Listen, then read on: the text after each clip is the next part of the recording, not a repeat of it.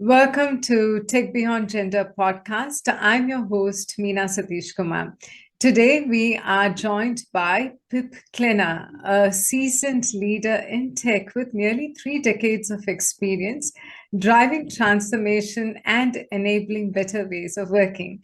From bridging business and technology to leading emotional intelligence, Pip brings deep insight into what it takes to navigate change, build strong teams, and foster meaningful relationships in the tech world. Tune in as we explore her journey, leadership lessons, and the future of people centric transformation. Thanks for joining, Pip. Welcome to the podcast. Thank you, Mina. Goodness, that makes me sound a lot more important than I think I am. So thank you for that introduction. Pip, take us back to your childhood. Where were you born? How did you get into tech? What really sparked your interest in tech from a young age? Okay, so I'm a Northland girl, so I was pretty much born and bred in Northland, in Whangarei. And I'm come from a nuclear family, pretty average family background. We didn't have a lot of technology at home, I wouldn't say, but we had it was the 80s and the 90s, right? So we had your normal, I got a tape deck player when I was 12, and that was exciting. And we had a video recorder and player when I was young. All of that, I think now we wouldn't consider it technology, but it was quite exciting to us. I think really the way that I got into technology was through people. At the end of the day, I'm a very people-centric person.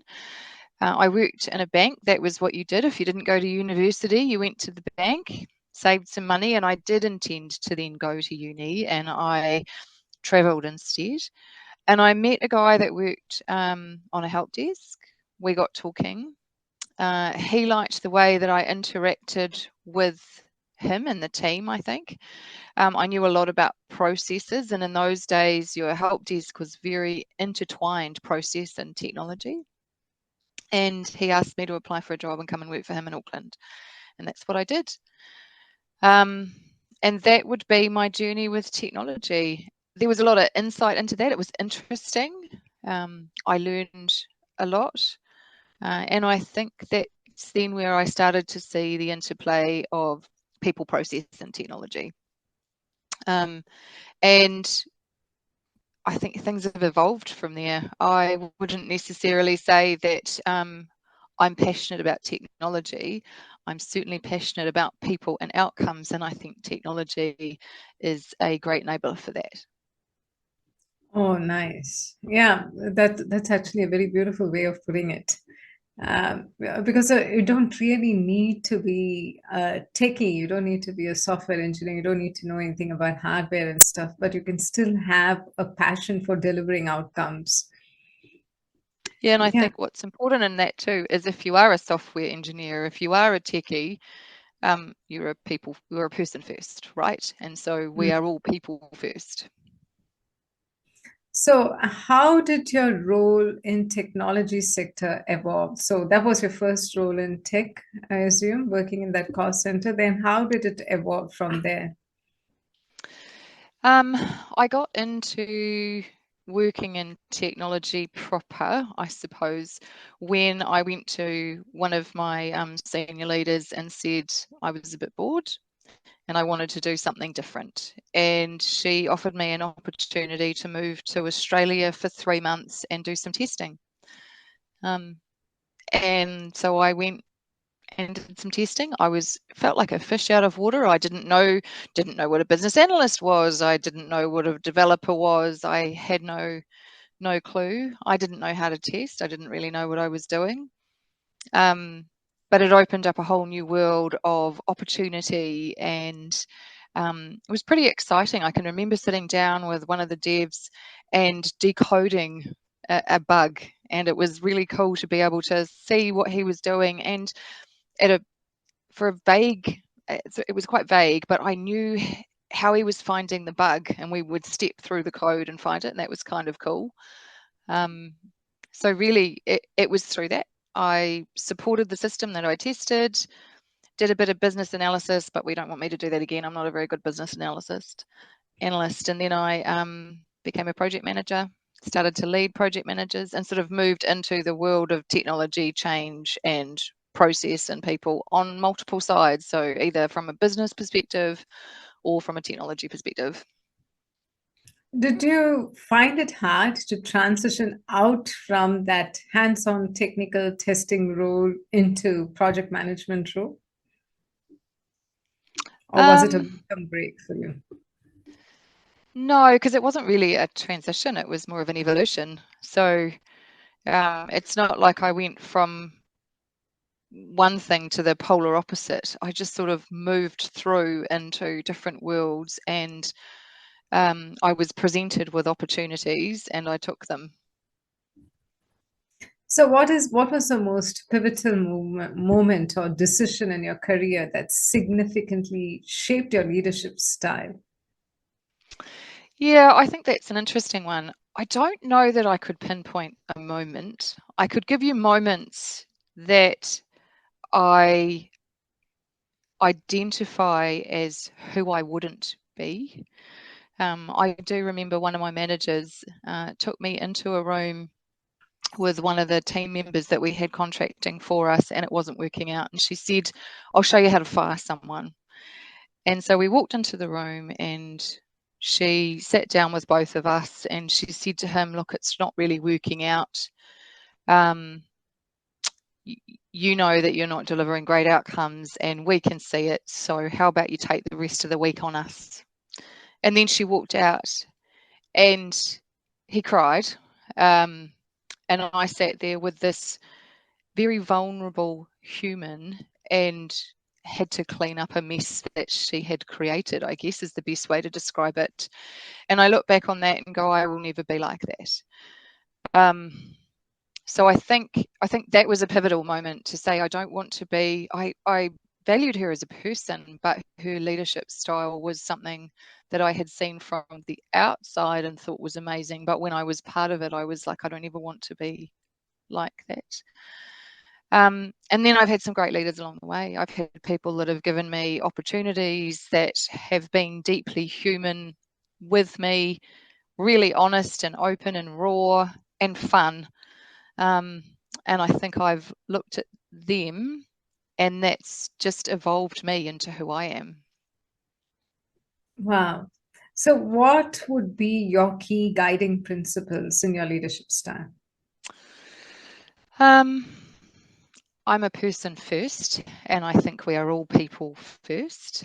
And we are not just a person that comes to work. There's a wholeness to us. So I like to bring my whole self to work. But I do think we need to have some clear boundaries. There are boundaries between not necessarily who we are at home and who we are at work, but we don't you don't need to know everything that goes on in my day at home, for example, or there are some things that I need to keep to myself. And I acknowledge that for others. So I think that there's where people first, and we need clear boundaries, and just understanding that everyone's different, and everyone brings their own unique background, bias, perspective to the table, um, and staying true to my core values, I think, which honest, integrity, and I like to have a bit of fun. I like to really connect with people, um, and make sure we really understand why we're there and what we're trying to achieve. Did that answer the Mm. question? Yes, yes, yes, definitely. Yeah. So now you have worked on many different transformation projects. So can you highlight a project which had some challenges in it, and how did you face those challenges? I think they all have challenges, don't they? Um, I think the challenges often come down to the people and the stakeholders that we have. Um, and perhaps not a project per se, but if I look at, we had a situation at Woolworths where one business unit felt very disengaged, disenfranchised, felt like they came last, felt like they received a cost and no value. And our group technology team didn't understand the New Zealand business at all, and felt like they were, and it's really interesting because I'm saying felt because it's all perception, right? Felt like they were delivering a great outcome and it wasn't being received. So for me, that's just about understanding the different perspectives and really getting some insight into what was going on. So I spent some time with the key stakeholders to understand the different sides, and then worked with our GM of technology, or director of technology, I think she is, in the tech side, and talked to her about what our options were to make things better. And we're talking multi-million-dollar initiatives that our business wasn't seeing the value in. And we simply created a forum. We included another business area into that because I think it's not just business and technology, it's business to business, and there can be silos within different business divisions, and technology just becomes part of that, right? Because we're all a business unit.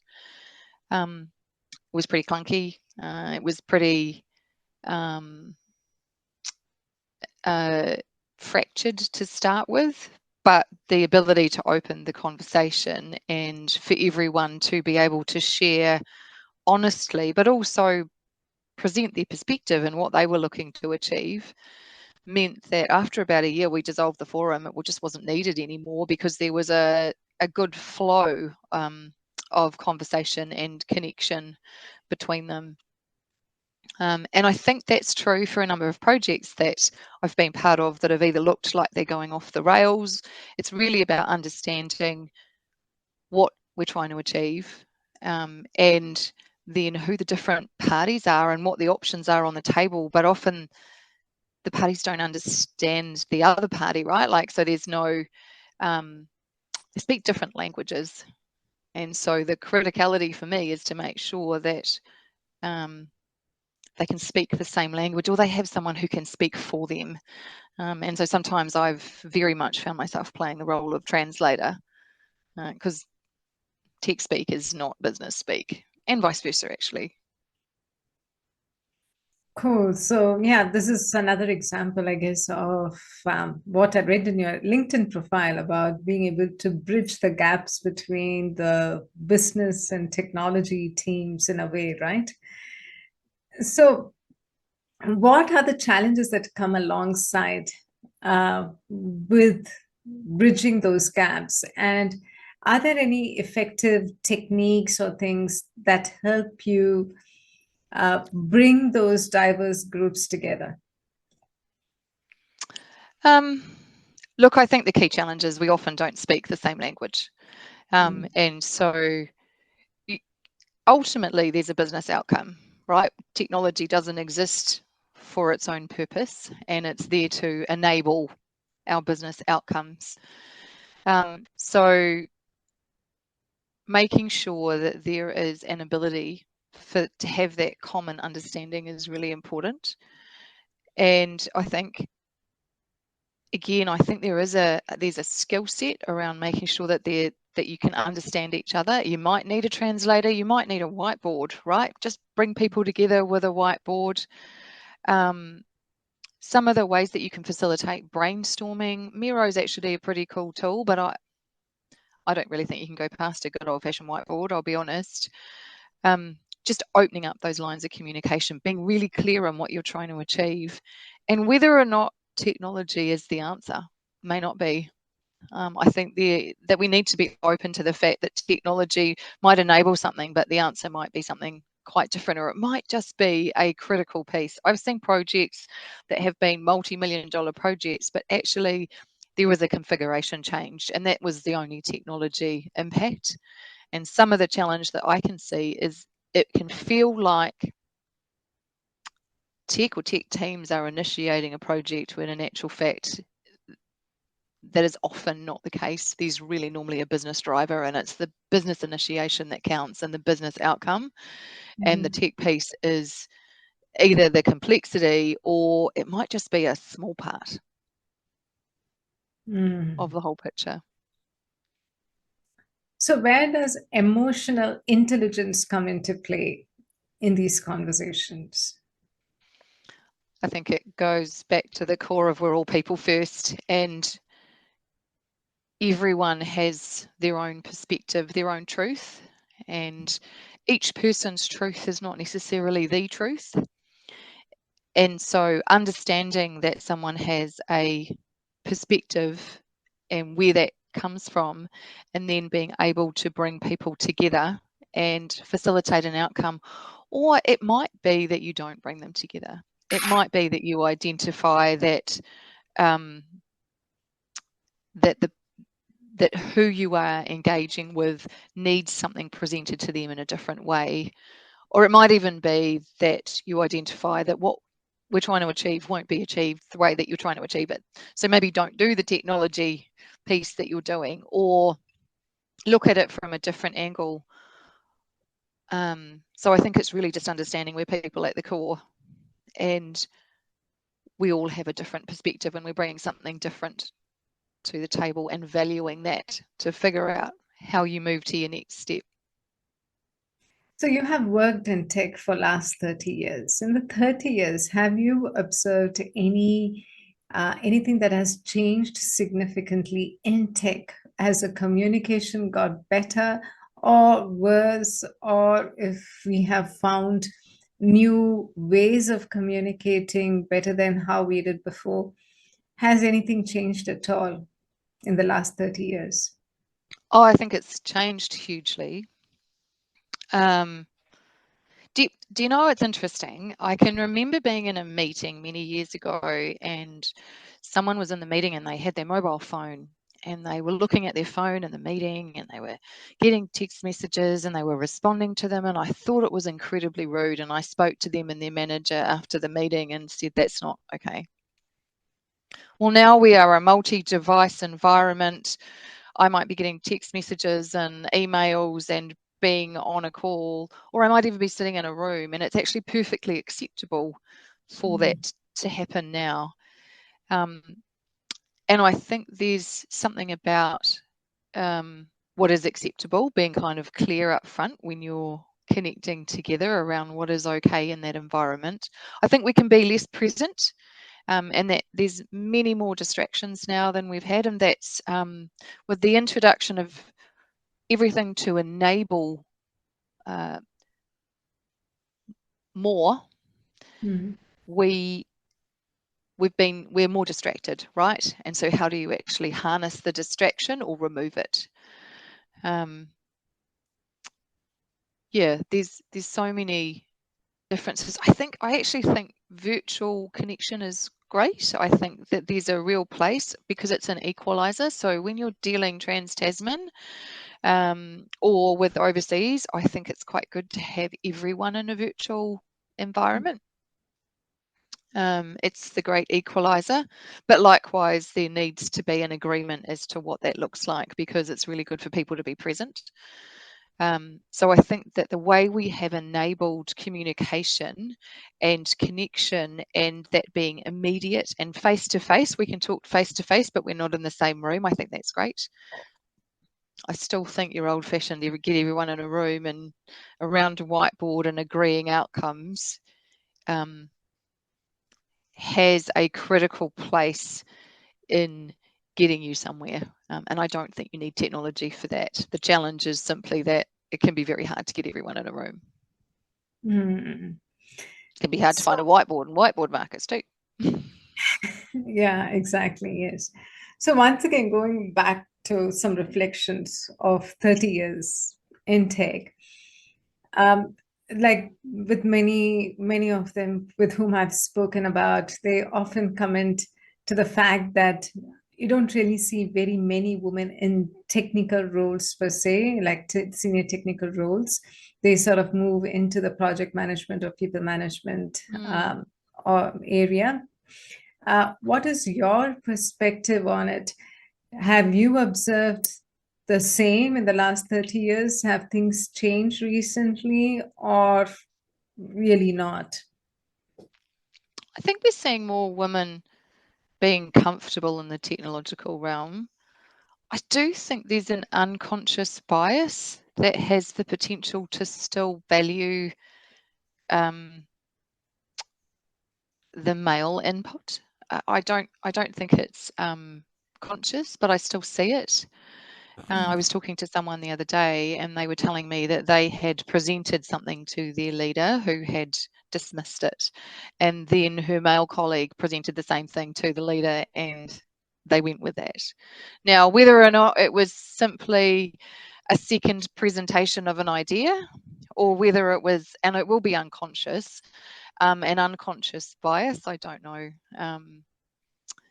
So I think there's still this, there's a potential for women to be a little bit more dismissed, for their opinions to be a bit more dismissed.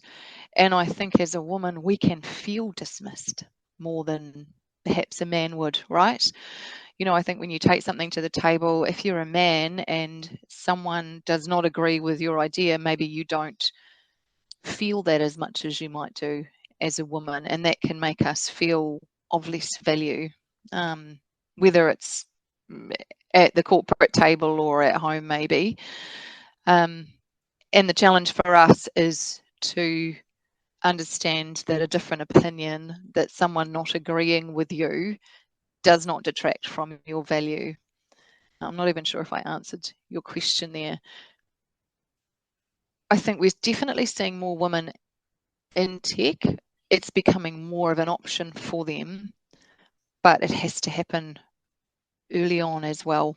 You know, we have to grow that at a grassroots level, so that it feels more like an option for a woman. There still is a tendency for us to gender type people, and that's just society. And I think it's up to me as a parent to make sure my kids know.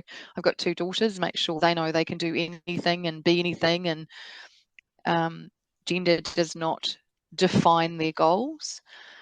And it's up to our schools to do that, and then it's up to our companies to support that and grow that at that grassroots level too. Yeah,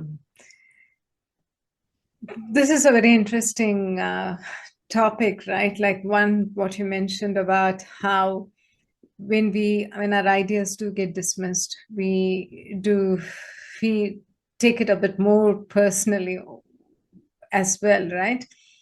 Do you think Mm-hmm. it could be something to do with the stereotype in the society and this inherent bias it's always been around, which sort of has an impact?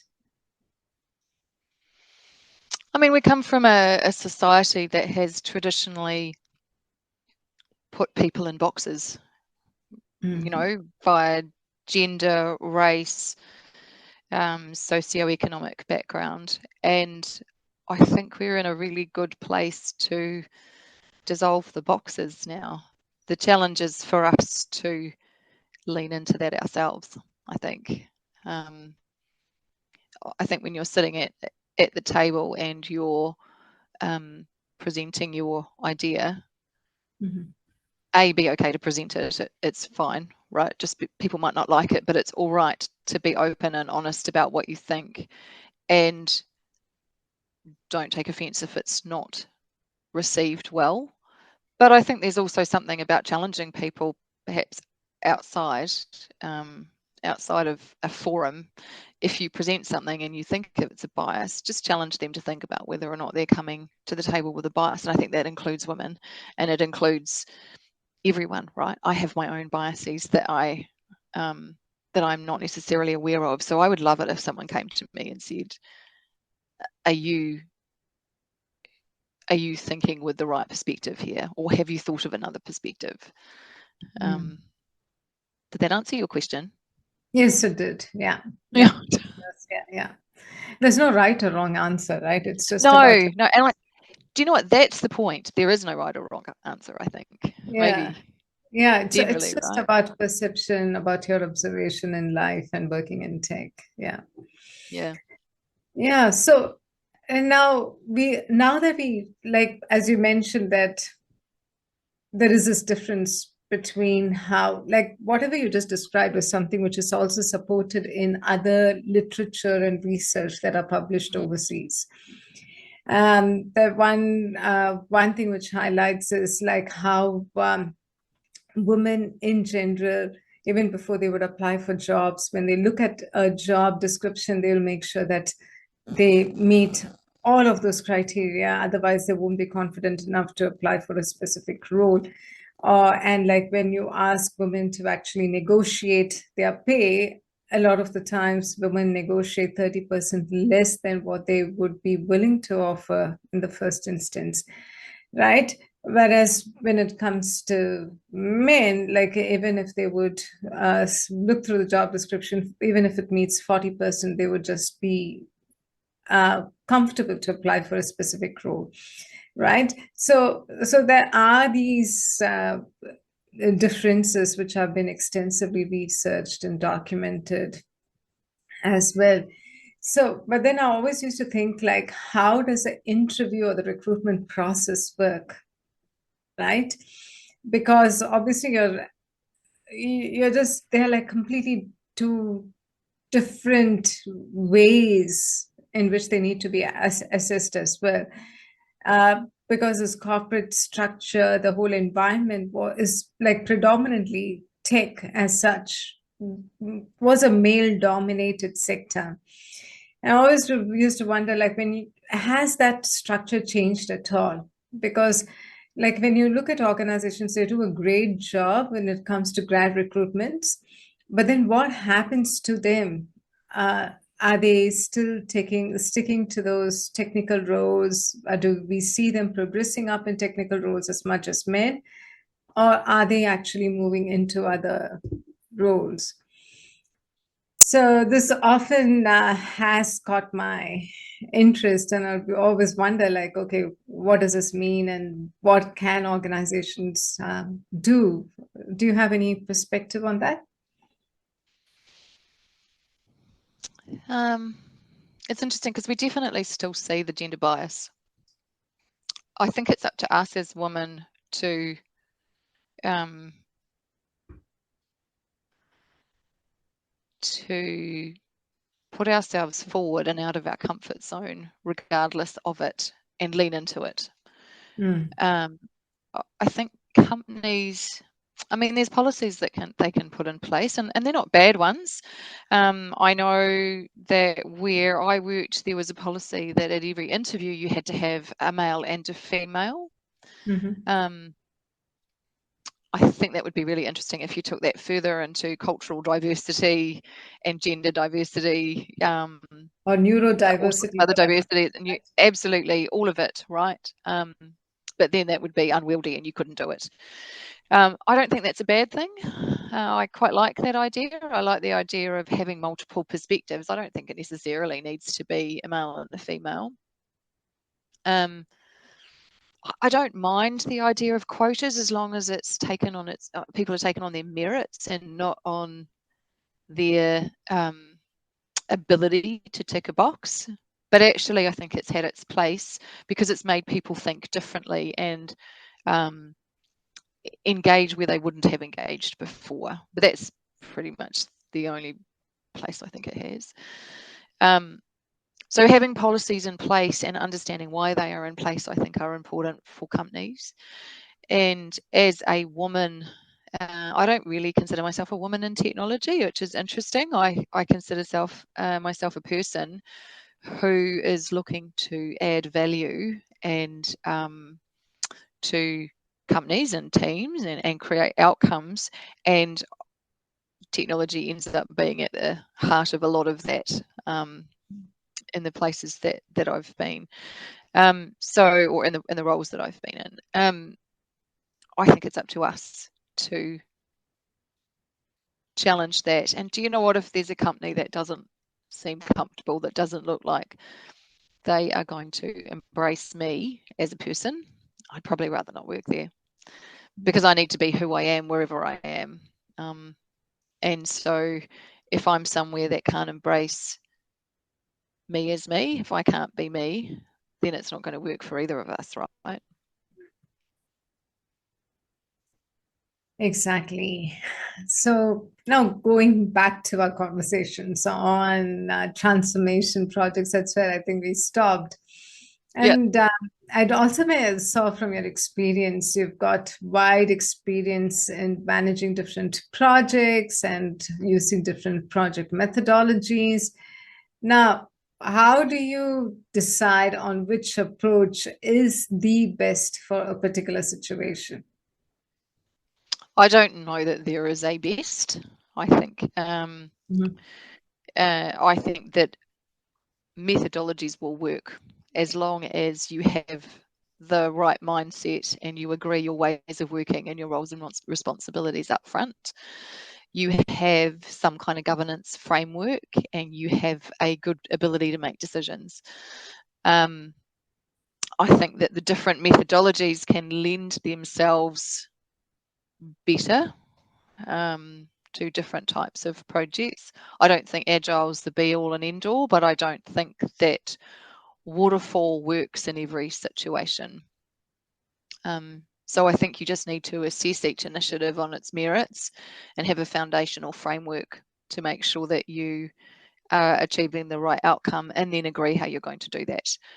And hopefully your organisation has the right governance framework and the right visibility and engagement to prioritise appropriately, because I think that becomes critical. So you mentioned about governance. So now what are the key governance factors that organizations often overlook during large-scale tech transformation projects? I think when you're leaning into something that's transformational, you can forget how critical your BAU is, and be that other projects or be that simply what goes into operating a business.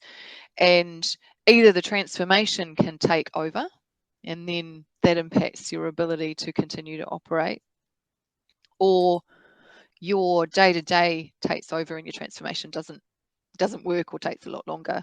So having an ability to manage the risks and dependencies between those, and the visibility of what that looks like, and then a real focus. And I am almost speaking in the perfect world. I don't think it happens because it's very difficult to be able to understand all those levers and prioritize the right thing.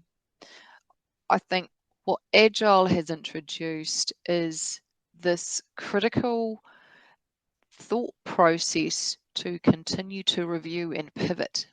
And it's okay to stop and okay to not do something. And I think that's really important as well. So taking time to regularly review where you're at, to look back and go, how do we continue to learn, as opposed to spending 2 years on a project and then doing a PIR and lessons learned and putting them in a box somewhere, I think has been good. So what is one of the most exciting or a project that you've worked on, which still excites you when you think about it? Wow, I really enjoyed that piece of project that I worked on and it was amazing. Can you talk about one of those projects? Wow, there's been so many. Um, what I could probably talk to is something I learned a lot from, not so much how exciting it was, but how much I learned from it. Mhm. My first introduction to Agile was replacing a lending system in a bank. And the ways of working were really exciting, right? Your daily stand-up, the workshops, facilitation, user stories, cards on a board, I'm going back a little while, was exciting. The thought process that you could iterate, that you didn't need to have 50,000 sign-offs to something for you to be able to then move to the next stage, that was all very exciting. The challenge I saw in that is we spent so much time doing that, that we hadn't actually assessed fundamentally what it was we were trying to achieve. And the project itself took a lot longer than they had anticipated to implement, because at its core, it had regulatory requirements. It was a compliance project. And if you can't choose what you can implement, you can't be agile, right? If everything is important and critical, how do you do that? So I actually think the time up front would have been better spent, and they could have then moved into some kind of agile delivery, I'm sure. So I think that's probably one of the key lessons I've had, is spending time up front to assess something, to be really clear on what you're trying to achieve, and then making some decisions around how to achieve them and what that looks like as a whole, not just the technology, rather than going, we're going to do this as an agile project and we're going to get great outcomes and we'll be able to prioritize what we do and deliver in sprints, when in actual fact, you can't settle just a small piece of a loan. You have to settle the whole loan, and it must meet all compliance requirements, for example. So not quite the most exciting project, but it was definitely one of the key learnings I had that I took with me going forward. And so it's really about, what are you trying to achieve, and what do you have to do? What do you have to achieve? Yeah, it's easy to get stuck to a methodology rather than focusing on the outcome. Exactly. Yep. Yep. Mhm. I think the other thing, and this is slightly off topic, I met someone once when I first started at Woolworths, and she said to me, just do one thing. Just get one thing across the line and stop trying to do everything, and you will gain some kudos for getting it done. And you will have achieved something. And that's almost an agile principle, right? So deliver something. And I picked up, we adjusted our change management process, and it's something they still use now for digital delivery. It took me 6 months to get across the line, but once I got it across the line, it was so worth it, and we still use iterations of it today, right? It was a little bit new to Woolies in its day. And if I look back at that and I look at anything we do, I'm like, figure out what the most important thing is that you need to do and focus on getting that done. And then I'd probably overlay that now with what's the most important thing not to do. And sorry, I know that's slightly off topic. Now, reflecting back on your leadership journey, what has been the most valuable lesson you've learned about people management? I think it goes back to everyone has their own truth. And their truth is not the truth, but it's just as necessarily, but it's just as true to them. And so meeting people where they're at and understanding that, and that we're all different, has been really valuable to me. We all want to come to work, right? We want to come to work. And so therefore, making sure there is an environment that people feel included in, and creating a framework for them to be included, and ensuring they have the vision of what they're trying to achieve. These are, why are we here? It has to be almost the most important thing. So now, having worked on many transformation projects over the years, I'm sure you would have had days where you've thought, oh my gosh, this is much more challenging than what I anticipated. Now, in those times, what helped you personally maintain resilience and adaptability and to just keep you going through those challenging times? Personal resilience. I think I have my own little rituals, so exercise is important. Sometimes if I'm very low on energy, just moving is okay for me, but recognizing that it's all right to be just moving. I do like to go for a walk. I love walking along the coast. So spending some time in the open air in the fresh air is really important. And being able to switch off. And for me, that might be listening to an audio book or a podcast, something that's a little bit mind numbing and not related to what I'm doing. And likewise, as much as I need that time, I also need people connection. So I love connecting with my family. I can, dump on my husband. I've got amazing friendships that we can just support each other. Turn up with a glass of wine or have a cup of tea. So the people in my life, I think, give me balance as much as taking time out does. And I recognize that I need that. So recognizing the need and valuing that as much as valuing the hours you might spend at work, I think is really important. Now, reflecting back, what advice would you give to your younger self?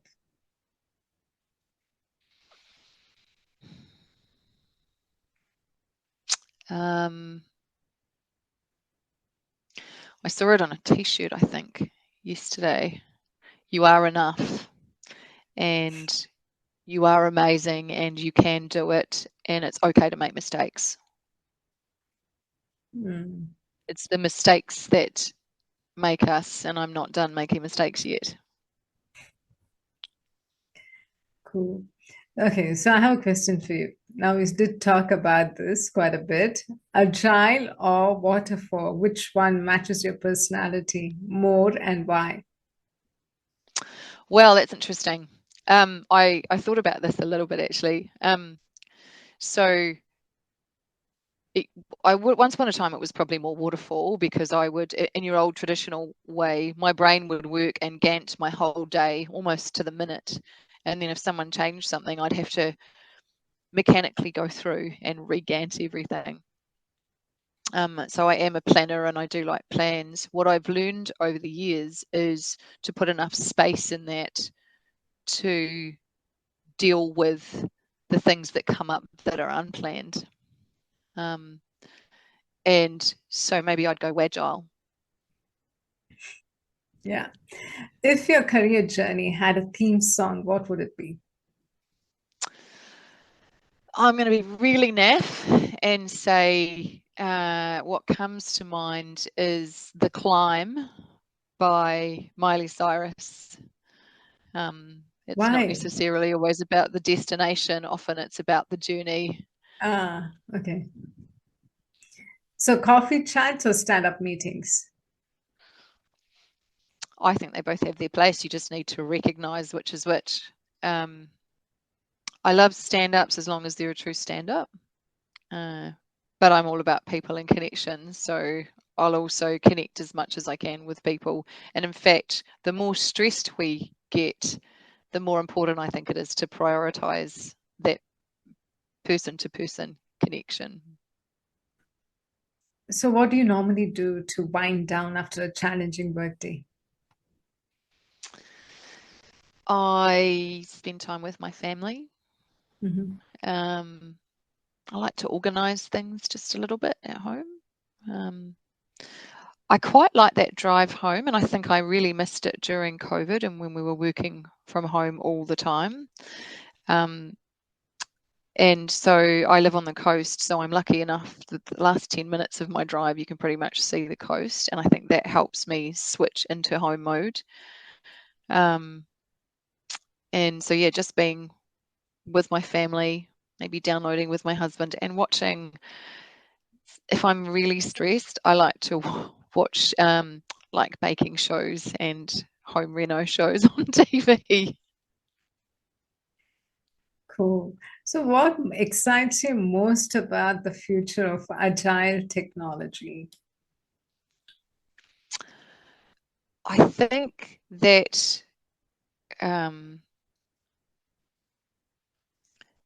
what we're seeing in technology has the potential to enable us to add more and more value with who we are, as opposed to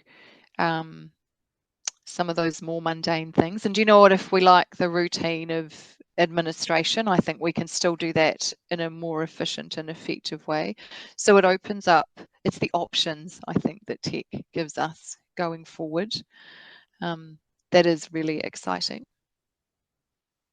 So, if you could envision an ideal tech team 10 years from now, what one characteristic would they all share? They would all value the diversity that they bring to the table. So they would value each other for what they bring, and they would be diverse. Awesome. Now, I know you're just finishing up on, or you just finished up on a role with Woolworths. Now, what's next for you?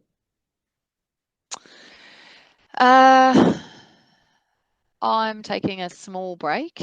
I'm off to go to South Australia on a couple of wine tours with my husband, something that's been on my bucket list.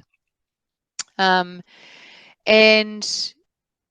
preparing myself for a role where I can add value, where I can bring all those things together, people, technology, process, and strategy in a leadership capacity. I do love leading people. I don't know where that is, and I'm not quite sure when that is, hopefully in the not too distant future. And I'm also looking at training for a half marathon, which gives me something to do while I'm doing that. Exciting. Now, finally, if there's one message or advice you want everyone listening to take away, what would it be?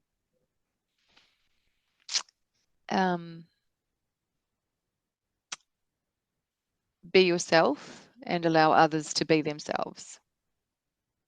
Great. Thank you so much for your time, Pip. That was really amazing. Really good to know you as a person.